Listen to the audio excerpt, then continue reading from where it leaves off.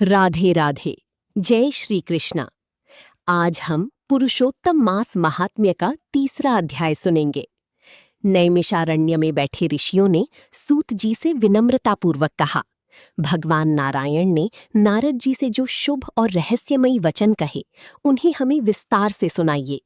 सूत जी बोले, हे श्रेष्ठ ब्राह्मणों, मैं वही कथा सुनाता हूँ जैसी मैंने सुनी है।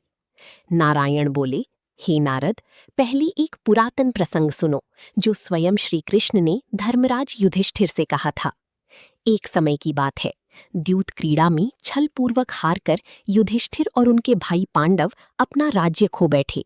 सबके सामने द्रौपदी का अपमान हुआ।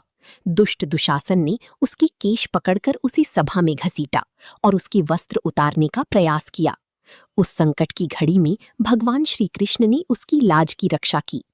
इसके बाद पांडव वनवास को चले गए और काम्य वन में रहने लगे। वहां वे अत्यंत कष्ट में जीवन बिताते थे। कंदमूल और फल खाकर धूल से ढके शरीर और बढ़े हुए बालों के साथ वे तपस्वियों की तरह जीवन जी रहे थे। एक दिन भगवान श्री कृष्ण मुनियों के साथ उन्हें देखने वहां पहुंचे। भगवान को देखकर पांडव ऐसे प्रसन्न हुए मानो मृत शरीर में प्राण लौट आए हों। उन्होंने प्रेम पूर्वक उनका स्वागत किया और चरणों में प्रणाम किया।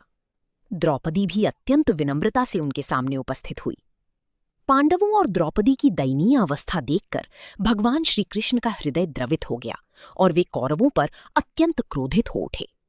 उनका क्रोध प्रलय की अग्नि के समान भयंकर था। ऐसा प्रतीत हो रहा था कि वे संपूर्ण संसार को नष्ट कर देंगे। ये देखकर अर्जुन भयभीत हो गए और उन्होंने हाथ जोड़कर भगवान की स्तुति करते हुए कहा, हे प्रभु, आप जगत के रक्षक हैं।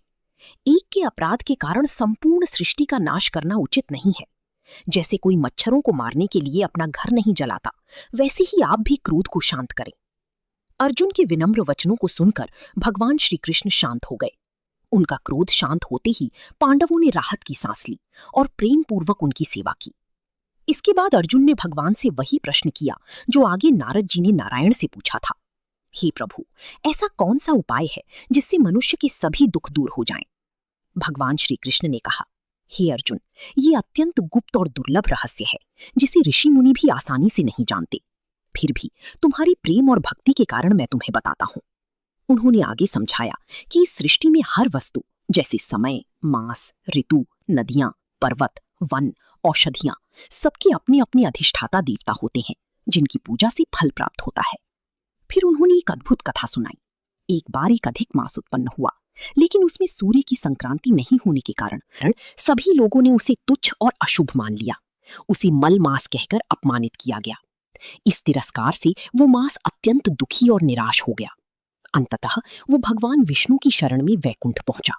वहां भगवान को दिव्य सिंहासन पर विराजमान देखकर उसने अश्रुपूर्ण नेत्रों से साष्टांग प्रणाम किया और अपने दुख को व्यक्त करने के लिए विनती की। इतना कहकर बद्रीनाथ थोड़ी देर के लिए मौन हो गए।